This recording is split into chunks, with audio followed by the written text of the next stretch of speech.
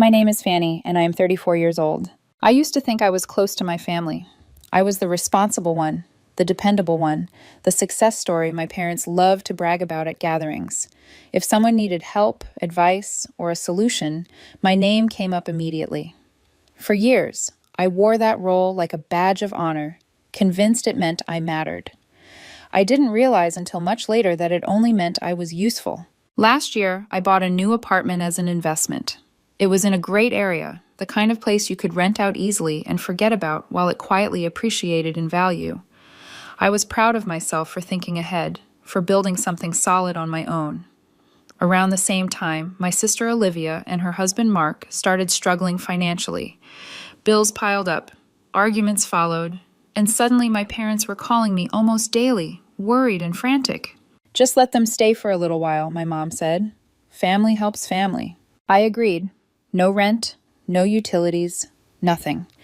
Just 3 months, enough time for them to stabilize and move on. I told myself this was what being a good sister looked like. 3 months turned into 4, then 5. Every time I brought it up, there was a new excuse. Mark was still looking for steady work. Childcare was expensive. They just needed more time. By the 6th month, I was done. I gave them 2 weeks' notice and told them I would change the locks if they didn't leave. That was when the narrative flipped. My mom called me selfish. My dad accused me of acting like a heartless landlord. Olivia cried and said I was throwing my nephew out on the street. Somehow, my generosity vanished from the story, replaced by a version where I was cruel for finally saying enough. When they left, the silence was immediate. Family group chats went quiet. Sunday dinners happened without me. And then came the moment that sealed it. My parents planned a big family vacation and didn't even pretend to include me. My mom looked straight at me and said, "This vacation is just for the family without you." That's when I understood. I wasn't family anymore. I was a resource they'd finished using. So I moved on. And I thought that was the end of it. I was wrong. The weeks after that conversation felt unreal, like I'd stepped out of a room and closed the door behind me without realizing how loud the silence would be on the other side. I didn't get angry texts. I didn't get dramatic calls. I didn't get anything at all. Family group chats that had once buzzed with updates and photos went completely still the moment I sent a message. Invitations to Sunday dinners stopped coming. Holidays were discussed without my name attached. It was a quiet, deliberate erasure, and it hurt more than outright confrontation ever could. At first, I told myself they needed time, that emotions were high and everyone would cool off. I kept living my life, going to work, seeing friends, trying not to replay my mom's words in my head. But that sentence followed me everywhere. "This vacation is only for family without you." It echoed in grocery store aisles, in the car, late at night when the house was quiet.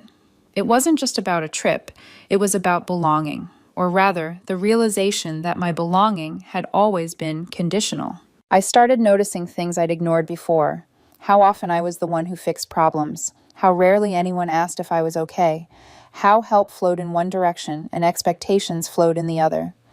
I thought back to all the times I'd covered expenses, smoothed conflicts, stepped in so no one else had to. And the moment I stopped, the moment I enforced a boundary, I was cut out without hesitation. That clarity didn't make it hurt less, but it did make it make sense. I leaned more on the people who had always been there without keeping score, friends who didn't need explanations, coworkers who respected my time, even distant cousins who checked in quietly, unsure of what had happened but unwilling to assume the worst. Slowly, my days filled with things that didn't revolve around managing someone else's crisis. I felt lighter, even as the grief lingered underneath. Then, almost exactly a month later, my phone rang. It rang again immediately after. Then again, my mom's name, my dad's, Olivia's, one after the other, relentless. I ignored the first few calls, assuming it was a mistake or some minor issue they could handle without me. Then a text came through from Olivia that made my chest tighten. "Fanny, please pick up. We need your help." I stared at the screen, thumb hovering, debating whether to respond. The irony wasn't lost on me. A month ago, I wasn't family enough to go on vacation. Now, apparently, I was essential again. Before I could decide, there was a knock on my door, not gentle, urgent. When I opened it, my father stood there looking older than I'd ever seen him. His shoulders were slumped, his face pale, his shirt wrinkled like he'd slept in it. My mom was behind him, gripping her purse with both hands, as if it were the only thing holding her upright. Olivia stood off to the side, her arms wrapped around her son, eyes rimmed red like she hadn't slept in days. "Fanny," my dad said, exhaling sharply, "we need your help." I didn't step aside. I didn't invite them in. I just stood there, arms crossed, watching them shift uncomfortably on my doorstep. A month ago, I wouldn't have even considered turning them away. Now I felt something I'd never felt in this dynamic before: control. For once, I wasn't the one scrambling to fix everything. I was the one being asked. "What happened?" I asked. My mom opened her mouth, but Olivia spoke first. "We lost everything." That got my attention. My dad sighed and explained that while they were on vacation, a faulty cable in Olivia and Mark's rental had sparked a fire. The house burned down completely. They weren't home at the time, but when they returned, there was nothing left. Clothes, furniture, important documents, gone. To make it worse, their renter's insurance had expired the month before and hadn't been renewed. "So," I said slowly, "you're homeless." Olivia nodded, tears spilling over. "We've been staying in a motel, but it's too expensive. We just need somewhere to stay, just for a little while." I almost laughed at the timing. The family that had decided I didn't count was now standing on my doorstep with nowhere else to go. I looked around at them, taking in the exhaustion, the desperation, the fear. And then another detail clicked into place. "Where's Mark?" I asked. Olivia's face darkened. "He left. After the fire, he said he needed space. He packed a bag and took off. I haven't heard from him in a week." Before I could process that, I turned to my parents. "And your house?" My mom's lips pressed into a thin line. "The basement flooded while we were away. A pipe burst. There's water damage and mold. The insurance is taking weeks to process. We can't live there right now." A fire, a flood, a missing husband. It sounded unreal, like some twisted test of character. My dad's voice cracked slightly when he said, "We have nowhere else to go." I leaned against the doorframe, taking it all in. A month ago, I might have rushed to help without thinking. But something in me had changed. I felt sympathy, yes, but I also felt resolve. I let them stand there a little longer before I finally spoke. "All right," I said, "you can stay." Relief washed over their faces instantly. My mom exhaled. Olivia looked like she was going to cry. Then I continued. "There are rules." Their expressions faltered. "You get 1 month," I said. "No extensions. You follow my house rules. If you don't like them, you find somewhere else." They nodded quickly, too tired to argue. I stepped aside and let them in. As they walked past me into my home, I had no idea I'd just opened the door to a level of chaos that would make everything before it look tame. At first, they were careful, almost painfully so. The kind of careful that feels rehearsed. My mom thanked me over and over, promising this time would be different. My dad tried to make small talk over coffee, asking about work, about the apartment, about anything that made it sound like we were a normal family having a normal visit. Olivia kept repeating that it would only be a month, swearing she'd find something before then, that she'd never forget what I was doing for her. I nodded, listened, and kept my expectations low. Gratitude, I'd learned, doesn't last long when entitlement has already moved in. The first crack showed up on the 3rd day. I came home from work to find dishes stacked in the sink, unwashed, food crusted to plates I'd cleaned that morning. Olivia shrugged when I asked about it and said she'd get to it later. My mom had rearranged the kitchen, moving things around because she couldn't find anything. She said it like she was helping, like the problem wasn't that she was treating my house like a space she could redesign at will. By the end of the first week, the careful politeness was gone. I walked into my living room one evening and stopped dead. My couch was missing, not moved. Missing. In its place sat an old, sagging couch I recognized immediately, the one from my parents' storage unit, the one that always smelled like dust and old fabric. For a second, I honestly thought I was losing my mind. Then I saw Olivia folding laundry on the wrong couch, my laundry, like this was the most normal thing in the world. "Where is my couch?" I asked, my voice flat. She didn't even look up at first. "Dad and I moved it into the garage. Ours is more comfortable." "More comfortable for who?" She finally looked at me, blinking like I was the one being unreasonable. "For us." I rubbed my temples. "You're staying here for a month. Why are you acting like you own the place?" She sighed, dramatic. laying a shirt down carefully. We're just trying to make it feel a little more like home. It's not your home, I said. It's mine. My mom poked her head in then, smiling tightly. Oh, honey, don't make a big deal out of it. Your couch is fine. It's in the garage. I ignored her and walked straight to the garage. There it was, my couch, awkwardly shoved next to storage bins and a lawnmower, like an afterthought. That night, for the first time in my life, I locked my bedroom door. The next incident came late, around midnight. I woke up to voices in the kitchen, low and hurried. When I stepped out, my dad and Olivia froze like they'd been caught doing something they shouldn't. Olivia was holding my car keys. What are you doing? I asked. My dad forced a smile. Just talking. I looked at the keys. Why do you have those? Olivia hesitated. I was going to ask you. I didn't want to wake you. Ask me what? She shifted. If I could borrow your car. At midnight. She exhaled sharply, clearly annoyed. I just needed to pick up some stuff from storage. Something about the timing felt wrong. Give me my keys, I said. She rolled her eyes but handed them over. I went back to my room and locked the door again. In the morning, a knot in my stomach pushed me to check the glove compartment. My spare credit card was gone.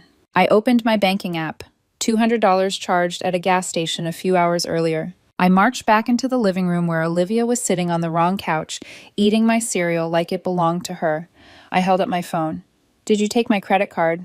For half a second, her face went pale. Then she rolled her eyes. I was going to tell you. When? I asked. Before or after I noticed? She crossed her arms. I just needed gas. I'll pay you back. Like you paid back the rent, I said. That shut her up. My mom walked in, instantly defensive. What's going on? She stole my credit card, I said. It was one time, Olivia snapped. My mom clicked her tongue. Don't make such a big deal out of this. She's your sister. I stared at her. She stole from me, and you're fine with that. She just needed gas, my mom said. That was it. Pack your stuff, I said to Olivia. You're done. Her eyes widened. Fanny, no. I was willing to help, I said, my voice steady. But you think you can steal from me and get away with it. I looked at my parents. Are you okay with this? They didn't answer. If she's not gone by tonight, I said, you're all gone. I meant it. I left the house to cool off because if I stayed, I was going to see something that couldn't be taken back. I drove around for an hour, drank bad coffee, and tried to decide if I really wanted to kick my entire family out in one night. When I finally pulled back into my driveway, something felt wrong immediately. The front door was wide open. I rushed inside, heart pounding. The living room looked the same. Olivia's suitcase was still in the hall. Then I heard a noise from my office. I froze in the doorway. Olivia was at my desk, rifling through drawers. My drawers. Papers were everywhere. My locked file cabinet had been forced open. What the hell are you doing? I asked. She jumped, hands up. I can explain. I looked at the mess, at my financial records spread out like a scavenger hunt. A cold realization settled in my chest. Are you looking for my bank information? She stammered. I just needed to see if you had any extra money. Extra money. I stepped back. You were trying to steal from me. It's not stealing, she said quickly. I was just going to transfer a little. I laughed, sharp and humorless. First my apartment, then my car, now my bank account. What's next? She straightened then, her expression shifting. If I go, Mom and Dad go too. I stared at her. They can't afford a motel, she continued. Are you really going to kick them out too? There it was. The threat dressed up as guilt. I walked into the living room where my parents were standing. They'd heard everything. Are you staying with her? I asked them. Or with me?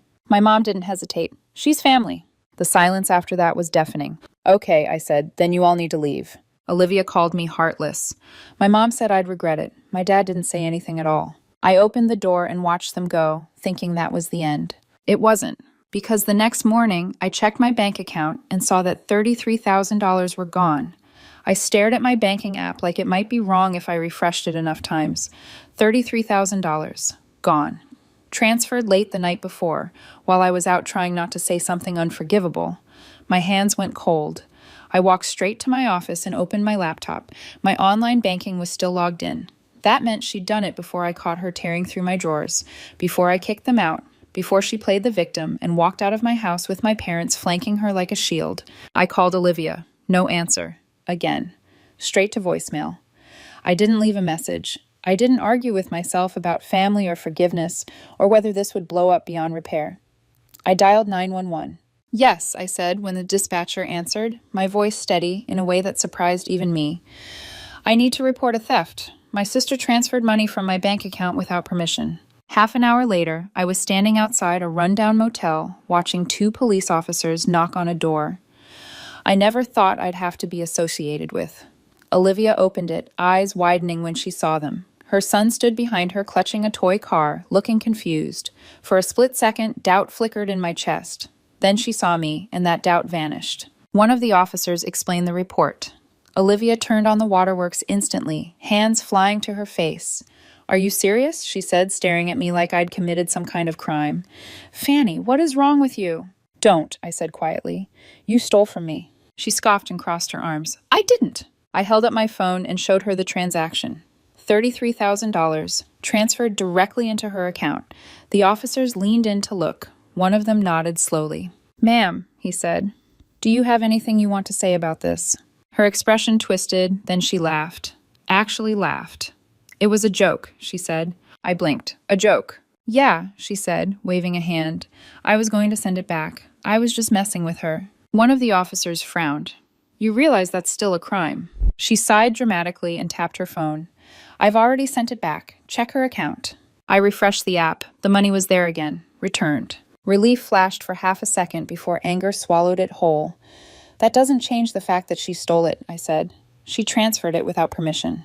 The officers exchanged a look I didn't like. "Look," one of them said, scratching his head. "She gave it back. She's a single mother. Let's not make this bigger than it needs to be." I stared at him.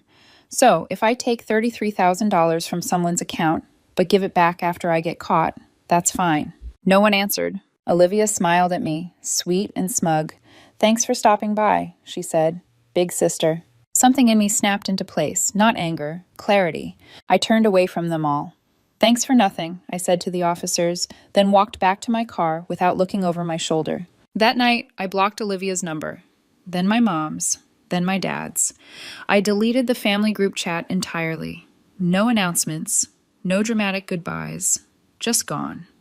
The silence that followed was immediate and profound. No midnight calls, no guilt-soaked messages, no sudden crises I was expected to fix. For the first time in years, I slept through the night. A month later, I booked a trip to Hawaii, 5-star resort, ocean view, private excursions, the kind of trip I'd always postponed because there was always someone else who needed help first. I didn't invite my parents. I didn't invite Olivia. I invited cousins who had always treated me like family without conditions. We spent a week surfing, laughing, drinking cocktails by the pool, and doing absolutely nothing productive. On the third day, lying on a lounge chair with the sun warming my skin, I had a small idea, just a tiny one. I opened the old family group chat, the one where I'd been ignored for months, and sent a photo of me smiling on the beach with a drink in my hand. "Having a great time in Hawaii. Hope everyone's doing well." 5 minutes later, my phone lit up. My mom, my dad, Olivia. I sent one more photo. All of us at a fancy oceanfront restaurant, glasses raised. Cheers to family. Then I tossed my phone aside. An hour later, I checked. Both my mom and Olivia had blocked me. I laughed so hard I almost fell out of my chair. When I got home, I didn't unblock them. I didn't reach out. And neither did they. It turns out that when you stop being useful to people who only know how to take, you disappear from their lives completely. And you know what? I've never been happier.